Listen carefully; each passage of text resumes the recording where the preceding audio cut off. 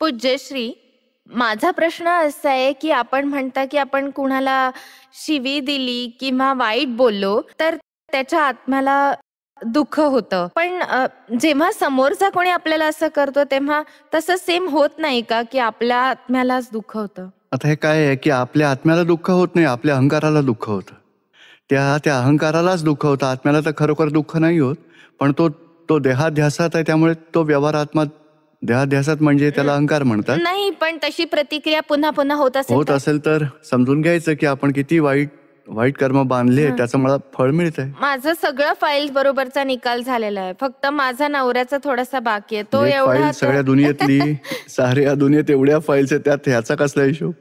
तुम्ही निश्चय करा, समभावाने निकाल करायचा, प्रेमाने जिंकायचंय त्यांना. आता तर ते माझ्याबरोबर आले. म्हणजे किती चांगलं आहे, तुमच्या बरोबर आलेत बघा. आज तर त्यांनाच जास्त एक्साइटमेंट होती इथे येण्याची. हा, पण मग? ते ह्या गोष्टी आधी अजिबात मानत नव्हते. पण आज आधी तयार होऊन मला म्हणाले, मला जायचंय, मला जायचंय. खूप छान. आता तेच घेऊन आलेत, म्हणून त्यांना वा, चांगलं आशीर्वाद आहे. द्यावा. हा तुम्ही प्लीज उभे राहाल का? हा, जय सच्चिदानंद. हा, खूप छान. आता तर बघा, नवऱ्याला दुःख द्यायचं नाही, हे मोक्षासाठीचे साथीदार आहेत, तुमच्या सत्संगाचे साथीदार. हो, त्यांना नाही, आशीर्वाद द्यावा. त्यांच्यावर आशीर्वाद कायम राहील जर तुम्ही त्यांना दुःख देणं बंद केलं. नाही, मी नाही देत. आधी तेच सुरुवात तुम्ही म्हणता करतात. ना. हा, मग आता पुनरिएक्शन मध्ये दुःख नाही द्यायचं. मी नाही देत. हा, बस प्रेमाने विचारा राहा. यांना. खूपच छान. मग तर आशीर्वाद आहेच आमचा. हा, अच्छा, बरं, थँक्यू. जय सच्चिदानंद. कोणी मला काही बोललं तरी मला एवढं लागतं की त्यामुळे मी मेंटली डिस्टर्ब होऊन जाते. मग मी काही तरी बोलून जाते. त्यामुळे त्यांना वाईट वाटतं. मी खूप प्रयत्न करते की मी कोणालाही काही बोलायचं नाही. तरीही मुलं वाईट बोलतात, फोन ठेवून देते. तर मी काय करू? आता उद्या ज्ञान घ्या. ज्ञान तर घेणारच आहे. हा, घेतलाय ना? नाही, घेणार आहे. तर हा, आधी उद्या ना- घ्यायचंय हा, आणि तिकडे नंतर बेंगलोरमध्ये जागृती ना मी ठेवा. अटेंड करत असते. इथेही रोज ऐकते. म्हणजे खूपच आय छान. ट्रायड माय बेस्ट. आता ही किरण वेगळी आणि मी शुद्धात्मा या जागृतीत राहायचंय. नंतर किरणला वेगळं ठेवायचं आणि किरणला कोणी काही बोललं तर मला का बोलतोय असा अहंकार वाटायला मी लागतो. मी किरण. किरण मानल्यामुळे तो अहंकार दुखावला जातो. पण आता तुम्ही ज्ञानात राहाल, आत्म्याच्या जागृतीत, तेव्हा जर कोणी किरणला काही बोललं तर किरणला सांगायचं, किरण तुझा काहीतरी पूर्वजन्मातला हिशोब आहे, पूर्ण होतोय, उपकार मान. त्यांचा दोष तीच बघू तर नको. इच्छा असते. पण हा, या ज्ञानामुळे जागृती मिळेल. थँक्यू. हा, नक्कीच जय मिळेल उद्या. सच्चिदानंद. जय सच्चिदानंद प्रभूजी. जर सर्व काही आधीपासून ठरलेले आहे, तर मग आपल्याला प्रत्येक काम करताना एवढं दुःख का होतं? काम करण्यात दुःख का? कारण आपल्याला माहिती नाहीये आणि त्यात करता दिसतो. ह्याने हे बिघडवलं आमचं, हा मदत नाही करत, हा आपलं काम चौपट केलं याने, आपण दोषी बघतो, त्यामुळे आपल्याला दुःख होतं. हे ज्ञान शब्दज्ञान आहे. अनुभव ज्ञान जेव्हा येईल तेव्हा हे वाटेल सगळं काही व्यवस्थित आहे. आणि कुठे पुरुषार्थ नवा करायचा, ती जागृती राहील आणि निमित्त दिसेल, शुद्धात्मा दिसेल, तेव्हा कुठे समाधी राहील. आधी व्याधी उपाधीमध्येही समाधी राहील. ते सुद्धा ठरलेलंच आहे ना, की त्याने आपल्याला दुःख द्यायचं आहे किंवा त्याने हे करायचं नाही. आहे, ते सुद्धा ठरलेलंच आहे ना. झाल्यानंतर ठरलं असं म्हटलं जाईल, होण्याआधी नाही. आपल्या हातात काचेचा ग्लास असेल, फुटणार असेल तर फुटेल, वाचणार असेल तर वाचेल, बघा ना, असं म्हणू शकतो आपण. तो फुटू नये असा प्रयत्न पूर्ण करायचा, पण नंतर धक्का लागला, पडला आणि फुटला, तर नंतर म्हणू शकतो की होणार होतं, ते ठरलं होतं. बघा, आधीपासून नाही म्हणू शकत. आधी तर असा निश्चय करायला हवा की हा फुटू द्यायचा नाहीये, सांभाळून वापरायचा, नुकसान नको व्हायला. पॉझिटिव्ह एफर्ट शेवटच्या क्षणापर्यंत करा आणि नंतर जो काही रिझल्ट येईल त्याला समजा की झालं ते व्यवस्थित, झालं ते करेक्ट. आधीपासूनच ऑफिसला जाण्यासाठी 9:30 वाजता उठायचं, हा व्यवस्थित आहे, उशीर झाला व्यवस्थित आहे, ठरवून आधीपासून असं नाही बोलायचं. तुम्ही 7 वाजता उठा, 8:30 वाजता पोचा, 9 पर्यंत पोचा. तसा तुमचा प्रयत्न असायलाच हवा. पूज्यश्री, जेव्हा रामचंद्रजींना हे माहित होतं की त्यांनी रावणाला मारण्यासाठीच या दुनियेत जन्म घेतलाय, तर मग त्यांचा राज्याभिषेक वगैरे हे सारं करण्याचं काय योजलं गेलं होतं? ते त्यांच्याही हातात नव्हतं. ते कर्मांचा हिशोब होता. रावण आणि लक्ष्मणाचा पूर्वजन्मीचा हिशोब होता. राम, रावण, लक्ष्मण, त्यांनी पूर्वजन्माचा हिशोब पूर्ण केला आणि या जन्मात काहीही त्यांनी करता भावाने केलंच नाहीये. एक एक कर्म पूर्ण केलं, आत्म्याच्या जागृतीत राहून मोक्षाला निघून गेले. म्हणजे आयुष्यात जन्म झाल्यापासून मृत्यूपर्यंत कर्माचं फळ भोगावंच लागतं. पण आपण अहंकार करतो, मी हे केलं, मी ते केलंय, मी हे नाही करणार. त्या करता भावनेने कर्म बांधली जातात. समजतंय आता तुम्हाला? जय ठीक आहे. जय सच्चिदानंद. सच्चिदानंद. जय सच्चिदानंद. दीपक भाई. हा, बोला. हा, दीपक भाई, मी बॉडी बिल्डिंग करतो आणि माझा जिम ट्रेनर मला सांगतो की तुला नॉनव्हेज खावं लागेल. मग मी आता काय करायचं? हे बघ, हत्ती नॉनव्हेज खातो का? का किती पॉवरफुल असतो तो? गेंडा नॉनव्हेज खातो का सांगा? पण ते म्हणतात की हे कंपल्सरी आहे, ह्यात नाही, प्रोटीन्स. ह्या प्रोटीन्स मुगाचे दाणे भिजवून ते मोड आलेले मूग खा, खूप प्रोटीन मिळेल. दुधात प्रोटीन आहे, सोयाबीन मध्ये सगळ्यात जास्त प्रोटीन आहे. ते नॉनव्हेजच का त्यांना दिसतं, दुसरं काहीच दिसत का नाही? आणि नॉनव्हेज म्हणजे तुम्ही चिकन मारून कापू शकता का? नाही. तो आपलं मन हे मानत नसेल, कोणाला दुःख देणं मनाला पटतच नसेल, रक्तही आपल्याच्याने पाहावत नाही, मग आपण हे नाही करायचं. दुसरा उपाय करा. सोयाबीन आहे, इतर बीन्स आहेत, त्यात भरपूर प्रोटीन आहेत. शिवाय जरा नॅचरोपॅथीवाल्यांचा सल्ला सुद्धा घ्या, त्यामुळे गायडन्स मिळेल कोणतं फूड खायला पाहिजे ज्यामुळे बॉडी हेल्दी राहील. थँक्यू दीपक भाई. हा हॅलो, नमस्कार गुरुदेव. हा बोला. क्रोधाची चावी नेहमी दुसरा माणूस असतो. एखादा माणूस कोणाला काहीतरी बोलतो आणि मग त्यानंतर कोणाला तरी क्रोध येतो. आता त्या क्रोधावर कोणी नियंत्रण ठेवायला पाहिजे, बोलणाऱ्याने का ऐकणाऱ्याने? म्हणजे दुसरा माणूस आपल्याला काहीतरी बोलतो, येस, आपल्याला क्रोध येतो, तो आपल्याला का? आपल्याला येतो. होय, म्हणजे बरोबर. आपला विकनेस आहे. क्रोध करणाऱ्याचा विकनेस, ऐकवणाऱ्याचा विकनेस नाहीये. बघा, मग कोणी अपमान करो, नुकसान करो, आक्षेप घेऊ, आपली निर्बलता आहे, आपण त्यासाठी अपसेट होतो. आपण समता ठेवायला हवी. आणि क्रोध का होतो? नाही, काय नाव आहे तुमचं? काय नाव आहे? माझं नाव प्रसन्नता. तर आता प्रसन्नता आता समजून घ्या. बाजूच्या खोलीत म्हणजे रूम मध्ये कोणी म्हटलं प्रसन्नता अशीच आहे, प्रसन्नता तशीच आहे, मनमानी करते, वाईट साईट काहीतरी शब्द बोलले, तुम्हाला वाईट वाटेल का? नॅचरली क्रोध तर येणार. येईल, पण शेवटी जर ते म्हणाले की ही तर चंदीगड मधली प्रसन्नता आहे, मग काय वाटेल तुम्हाला? नाही, मग वाटेल तिला म्हणाले, मला कुठे म्हणाले. म्हणजे लगेच जाईल ना क्रोध. 104 डिग्री क्रोध आला होता, आता 0 डिग्री. ती तर चंदीगड वाली नाही, मी तर जालंधरची आहे. दुसऱ्या कोणाविषयी बोलत होते? म्हणजे दुसऱ्याने जे हवे तसे. इथे हे शुद्धात्म्याच्या ज्ञानात राहतो मी. प्रसन्नता वेगळी आहे, मी शुद्धात्मा आहे. नंतर प्रसन्नतेला कोणी काही म्हटलं तरी तुमच्यात जागृती राहिली तर दुसऱ्याविषयी बोलते, मला नाही, मी तर शुद्धात्मा आहे. ठीक आहे. तीही शुद्धात्मा वेगळा आहे, पॅकिंग वेगळं आहे. पॅकिंग वेगळं बोल, मला नाही. ही जागृती, क्रोधही निघून जाईल, अपमानाचं दुःखही निघून जाईल. आणि या ज्ञानाची थोडी समजही तुम्हाला यायला लागेल, त्यामुळे खूप साऱ्यावर सोल्युशन मिळत जाईल संसारात. ठीक आहे. हा बघा. जय सच्चिदानंद. जय सच्चिदानंद. हा बोला. पूज्यश्री, एक ती गंगा आहे जी हिमालयापासून निघून समुद्राकडे जाते, आणि दुसरीकडे दादाजींची ज्ञानगंगा आहे जी समुद्राकडून हिमालयाकडे आली आहे. आम्ही सारे महात्मा दादाजींच्या ज्ञानगंगेचं जालंधर मध्ये स्वागत करतो. खूप छान. पूज्यश्री, एका बाजूला घोर कलियुग आहे जे चांगल्यांना बुद्धू बनवत आहे, आणि दुसरीकडे दादाजींचं एवढं प्रभावी ज्ञान आहे जे बुद्धू लोकांना सुद्धा बुद्ध बनवत आहे आणि कलियुगाच्या प्रभावाला समाप्त करून टाकतंय. खरी गोष्ट आहे. अंतरंगातून सतयुग चालू होत आहे. पूज्यश्री, आपल्या आगमनाची वार्ता ऐकून आम्हा साऱ्या महात्म्यांना खूप आनंद झाला की तुम्ही येणार आहात आणि आम्हाला दादाजींची वाणी ऐकवणार. 2 ओळी या संदर्भात म्हणू इच्छितो. दीपक भाई येतील जेव्हा, दादा वाणी ऐकवतील तेव्हा, ती सर्वांनाच आवडेल जेव्हा दादा वाणी ते ऐकवतील. ज्ञानाचा दीप पेटवतील ते जेव्हा दीपक भाई येतील. दादांचा जय जयकार करतील जेव्हा दीपक भाई येतील. मार्ग चुकलेल्यांना, मार्गावरून भटकणाऱ्यांना योग्य मार्ग दाखवतील जेव्हा दीपक भाई येतील. अक्रम मार्गाच्या गाडीत सर्वांना सोबत घेतील जेव्हा दीपक भाई येतील. अज्ञानतेचा मार्ग सोडवून ज्ञानाच्या मार्गावर घेऊन जातील जेव्हा दीपक भाई येतील. राग द्वेषापासून मुक्त होण्याची सर्वांना शिकवण देतील जेव्हा दीपक भाई येतील. पुढे असं आहे की आत्मातून परमात्मा होण्याची अनुपम कला शिकवतील जेव्हा दीपक भाई येतील. जय सच्चिदानंद. पूज्यश्री, आणखी थोडं आहे. जसं आपलं काम आहे तसंच आपलं नाव आहे. या संदर्भात 2 ओळी म्हणायच्या आहेत. म्हणू? आधी तर वेळ कमी आहे. आई वडिलांनी नाव दिलं दीपक. नंतर दादाजींनी ज्ञानाने प्रज्वलित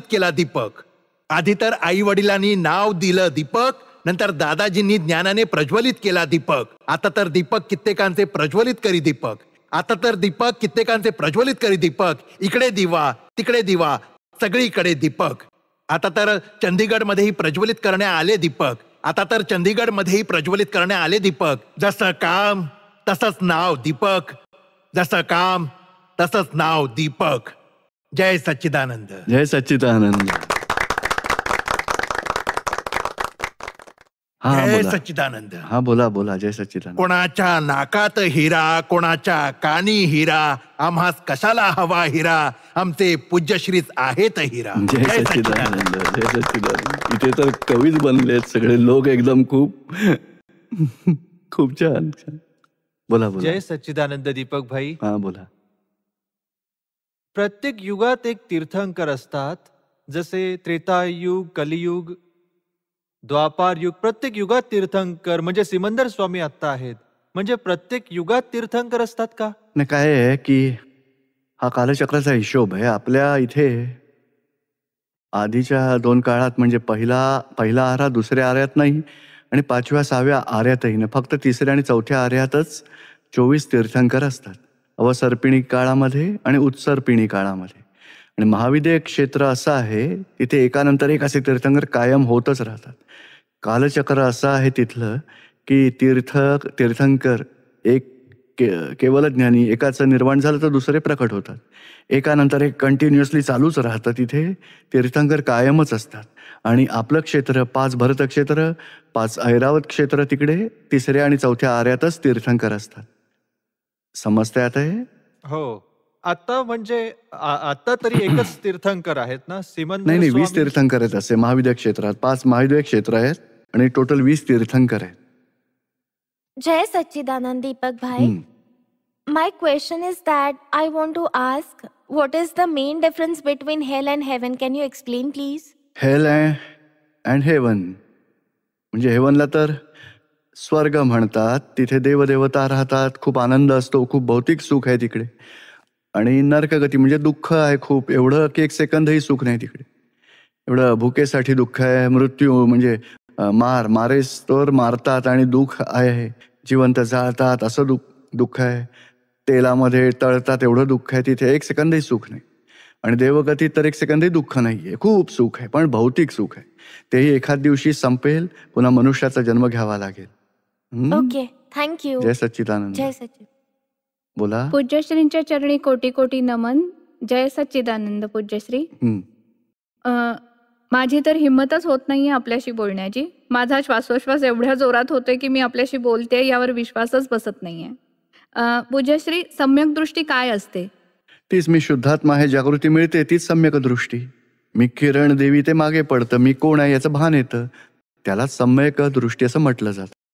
आणि पूज्यश्री, मी सत्संगाला येण्यात एवढे अंतराळ येत आहेत, खूप जास्त. लग्नाच्या आधी तर ठीक येत होते, पण लग्नानंतर आता जेव्हा यायचे असते तेव्हा काही ना काही अडथळा येतोच. यावर उपाय? आता भावना ठेवा, हळूहळू घरच्यांनी सुद्धा यावं सत्संगाला. त्यांनाही वाटेल की नाही या ज्ञानाच्या गोष्टींमुळे किरण देवीमध्ये फरक पडलाय, शांती वाढली आहे, समाधानी असतात, इतरांना दुःख देत नाहीत, एक दुसऱ्यांचे दोष काढत नाहीत. असं जर आपलं जीवन होणार असेल तर त्यांनाही सत्संगात यावं असं वाटेलच. आणि त्यांच्यातल्या शुद्धात्म्याला प्रार्थना करा की तेही यावेत सत्संगात, अडथळे दूर व्हावेत. हळूहळू नक्की येतील सगळे लोक. काय आणि पूज्यश्री, मी ना माझ्या पप्पांना खूप दुःख दिले होते, एक्सपायर झालेत ते. मी आपल्यासमोर त्यांची क्षमा मागते. ते जिथे कुठे असतील त्यांच्या आत्म्याला शांती बरोबर लाभो. आहे, अगदी योग्य. आणि 1 तास म्हणजे कधी वेळ मिळेल तेव्हा 10-15 मिनिटं सगळं आठवून प्रतिक्रमण करायचं. आधी नेहमींच्यासाठी करा. घरच्या व्यक्तींसोबत रागद्वेष झाले रोजच्या रोज, एकमेकांना दुःख झालाय किंवा एकमेकांचे दोष पाहिले, त्याचं रोजच्या रोज प्रतिक्रमण करा नक्की. आणि त्यानंतरही कधी फ्री टाइम असेल रविवारच्या दिवशी, त्या दिवशी वडिलांना आठवून त्यांच्यावरच्या रागद्वेषाचे प्रतिक्रमण आणि करा. पूज्यश्री, म्हणजे नोकरी कोणाला जर मिळत असेल तर ती पुण्याच्या कर्माने मिळते. हा, पाप पुण्याचा हिशोब आहे त्याच्या मागे, नक्कीच. जय सच्चिदानंद. जय सच्चिदानंद. समर ठाकूर. नमस्कार हा, गुरुजी. बोला. गुरुजी, हा, बोला ना. स्थायी मोक्ष कसा प्राप्त केला जाऊ शकतो, जो कधीच आपल्यापासून दुरावणार नाही आणि कायमच आपल्यासोबत राहील? हा, तो आत्मा स्वतः अविनाशी आहे, त्याचा साक्षात्कार होतो, म्हणजे अविनाशीचा साक्षात्कार कायमच टिकतो. आणि आत्मा स्वयं मोक्ष स्वरूप आहे. आत्म्याचा स्वभावच मोक्ष आहे. त्यात विभावामुळे अहंकार उभा राहिलाय, बंधन झालंय. तुम्ही स्वाभाविकपणे याल तर आत्म्याचा स्वभावच मोक्ष आहे. आणि आत्मा अविनाशी आहे म्हणजे मोक्षाचा अविनाशी असण्यास अनुभवी. म्हणजे आत्मज्ञानामुळेच ते शक्य आहे. इथे तेच प्राप्त होतं. गुरुजी, म्हणजे बघा, दुसरे लोक जी आसपास आहेत किंवा मग परिस्थिती येते तेव्हा आपल्या आसपासची लोक आपले पाय मागे ओढतात किंवा आपला आनंद हिरावून घेतात. अशा वेळी काय केलं जाऊ शकतं? कोणी दोषी नसतं. कोणते तरी योग आपल्याकडून आपलं सुख हिरावून घेऊ शकत नाही. आपली चुकीची समजूत, आपली अज्ञानताच आपल्याला दुःख देते. आपले क्रोध, मान, माया, लोभ आपल्या दुःखाचं कारण आहे. या संसारातली कोणतीही व्यक्ती, कोणतेही संयोग, कोणतीही परिस्थिती आपल्याला दुःख देण्याचा अधिकारी नाही. आपल्या क्रोध, मान, माया, लोभामुळेच आपल्याला दुःख होतं. आणि ज्ञानाने तो निघून गेला, क्रोध, मान, माया, लोभ, राग, द्वेष, तर तुम्हाला कोणतीही संसारातली व्यक्ती दुःख देऊ शकत नाही. तुमची चुकीची समजूत, तुमची अज्ञानता, त्यामुळेच तुम्हाला दुःख होत असतं. आणि तीच निघून गेली तर तीच परिस्थिती तुम्हाला सुखकर वाटेल. कोणी अपमान केला तर वाटतं, ओ, माझा मानीपणाचा दोष समाप्त करतोय, महान उपकार करतोय, मला मोक्षासाठी धक्का मारतोय, उपकार काय. मग तिथे दुःख कसं वाटेल बघा. म्हणजे खरी समज असायला हवी. या चुकीच्या समजुतीमुळे आपल्याला दुःख होतं. समज बदलली तर तीच परिस्थिती सुखकारक वाटते. अरे, माझ्या मोक्षासाठी उपकार काय तर. साहेब बघा, माझी बायकोच जर काही गोष्टी मानत नसेल, तयार नसेल एखाद्या गोष्टीत, भगवानांच्या बाबतीत ती नाही मानत, पण मी मानतो, पण शी डझंट लाईक. हा, मग त्यांना नाही पटवून सांगायचं. त्यांना आग्रह करू नका. त्यांना सांगा, तुम्हाला ज्यात आनंद आहे त्यात पुढे चला, आणि मला ह्यात आनंद वाटतो, मी पुढे जाईन. पण आपण दोघांनी एकमेकांशी दुःखी व्यवहार नाही करायचा, प्रेमाने राहूया. आज नाही मानलं तरी तुमच्याकडून त्यांना दुःख झालं नाही तर त्यांना नक्कीच वाटेल की यांच्यात चेंज झालाय. तेवढी जागृती ठेवा. कोणाला दुःख देऊन, आग्रह करून आपल्याला त्यांना समजावायचा अजिबात अधिकार नाहीये तो आपला. आणि जर समोरच आपल्या एखादा माणूस उभा असेल आणि त्याचीच आपण जर का माफी मागितली आणि त्याने जर का तरीही माफ केलं नाही, तर मग काय तर करावं? मग तोंडानं बोलणं बंद करा. अंतरंगातील शुद्धात्म्याला फोन करा आणि तो शुद्धात्मा नंतर त्यांना फोन करेल की बाबा, आमच्याकडे ॲफिडेव्हिट लेटर आलाय माफीचं, माफ करा ना तुम्ही डायरेक्ट. कारण अहंकार अशी गोष्ट आहे, अहंकार वैर वसूल करतो. आपण माफी मागायला जाऊ पण त्याचा अहंकार एवढा दुखावलेला असतो की तो माफ नाही करू शकणार. त्यामुळे अहंकाराची माफी मागण्याचा व्यवहार बंद ठेवा. अतील शुद्धात्म्याला स्मरून, हे शुद्धात्मा भगवान, या भाऊसाहेबांना अशा प्रकारे दुःख दिलं गेलंय, मनापासून क्षमा मागतो, मला क्षमा करा, अशी चूक न करण्याची मला शक्ती द्या. मनापासून पश्चाताप आपल्या चुकांसाठी त्याच शुद्धात्म्याकडे माफी मागत राहा. ज्या व्यक्तीला दुःख पोचवलंय त्या दुःखाची, त्याची तीव्रता कमी होऊन अहंकार निवळेल. मग हळूहळू तो सरळ होईल, तुम्हाला क्षमा मिळेल आणि आपल्या बरोबरच्या वैराचा हिशोब पूर्ण होईल. आपण सतत रागांच्या कारणांविषयी आपण म्हणता की प्रयत्न करा, कोणती गोष्ट चांगली करण्याकरता, कोणाला दुखावू नका, चांगलं करताना त्यात अपयश जरी आलं तरीही करत राहा. पण इज इट पॉसिबल की आपण कायम असं काम करत राहू? असं नाहीये, पण पॉझिटिव्ह राहा आणि पॉझिटिव्ह एफर्ट लास्ट मोमेंटपर्यंत करायचा. जरी रिझल्ट नाही मिळाला तरी पुन्हा पुन्हा ट्राय करा. आणि कधी संयोग जुळून येत नाहीत, बायको म्हणते हे नाही करायला पाहिजे, हा धंदा बंद करा, हा माणूस पार्टनर चांगला नाहीये, अशा वेळी मग विचार करा की निगेटिव्ह एव्हिडन्स येत आहे, तर मग याचा अर्थ काय आहे. अशी हळूहळू ॲडजस्टमेंट करा. एकांगीपणाने वागू नका, आपण जे करू तेच खरं आहे. नुकसान होत आहे धंद्यामध्ये, समजा दुसऱ्यांदा ट्राय केलं, दुसऱ्या वेळी नुकसान आलं तर थांबा. काहीतरी नेगेटिव्ह आहे, एव्हिडन्स नेगेटिव्ह मिळत आहेत, थोडंसं थांबा आणि नंतर थोडा कमी करा, धंदा कमी करा आणि गरज पडली तर नोकरी करा. काहीतरी काळ, वाईट काळ निघून जाईल, नंतर पुन्हा धंद्यासाठी ट्राय करा. हे गरजेचं नाही की आपण प्रयत्न करतच राहायचं, लोनही घेत राहायचं, धंदा वाढवत राहायचा, मात्र नुकसान होत असेल तरीही होऊ द्यायचं. असं नको करायला. समजतंय आता तुम्हाला? थोडं थोडं हा, जरा या सत्संगाच्या संपर्कात राहा. व्यवहाराबाबतीतही दादाजींचे खूप चांगली पुस्तक आहेत. पैशांचा व्यवहार, पती पत्नीचा दिव्य व्यवहार, आई वडील मुलांचा व्यवहार, वाणीचा व्यवहार, साऱ्या सांसारिक प्रॉब्लेम्सचाही सॉल्युशन आहे आणि आध्यात्मिक दृष्टीने आपल्यासाठी आत्म्याची सेफ साईड असेल आणि संसारही पूर्ण होईल. दोन्ही व्यवहाराच्याच गोष्टी सांगतात. व्यवहार आणि निश्चय दोन्ही बाबत सांगतात. नक्की जरा टचमध्ये राहा सत्संगाच्या. जय सच्चिदानंद दीपक हा, भाई. बोला. मला खूपदा असं वाटतं की जसं आपण अभ्यास करतो आणि परीक्षेच्या वेळी आपण दादा भगवानांना प्रार्थना करतो जेणे की चांगलं व्हावं, इतरही काही कामं असतील तर माझं खूप चांगलं व्हावं, आपली कृपादृष्टी असावी, माझी परीक्षा चांगली व्हावी. म्हणजे हा माझा स्वार्थ नाहीये का? नाही, ऍक्च्युली काय आहे, तर स्वार्थ तर आहेच, पण आपलं मन डिस्टर्ब असतं. त्यावेळी मनाला स्थिर करायला तो सुकाणू नाही का टाकतात होडी स्थिर करण्यासाठी, तसा हा सुकाणूसारखा आहे. दादा भगवान एक काम तर करायला चाललोय, थोडा डिस्टर्बन्स येतो म्हणून मला शक्ती द्यावी, समभावाने मी हे काम पूर्ण करू शकेन अशी आपण शक्ती मागतो. म्हणजे पॉझिटिव्ह एव्हिडन्स आहे आपली भावना. पॉझिटिव्ह भाव, that is positive evidence. Positive evidence आणि बाहेरचे संयोग मिळून पॉझिटिव्ह रिझल्ट यायची जास्त पॉसिबिलिटी असते. म्हणून आपल्याकडून आपण पॉझिटिव्ह राहायचं एक एव्हिडन्स आहे. म्हणजे मन डिस्टर्ब होतं, नेगेटिव्ह सांगतं, मग दादा भगवानांचा असीम जय जयकार केला, शक्ती मागितली दादाजींकडे, निश्चय केला की वाटतं दादाजींकडे शक्ती मागितली आहे, आता चांगलंच होईल बघा. त्यामुळे आपली भावना सकारात्मक होते. म्हणून असं नक्की करायला हवं. आपण आधी आशीर्वाद घेतला तर खूपच पॉझिटिव्ह येईल रिझल्ट. त्यात स्वार्थी बुद्धी नसते. स्वार्थी बुद्धी म्हणजे दुसऱ्यांचं नुकसान करून स्वतःचा लाभ करून घ्यायचा, तिथे स्वार्थी बुद्धी आहे. इथे तर आपण आशीर्वाद घेतोय आणि ज्ञानींचा आशीर्वाद घेणं चांगलंच तर आहे ना.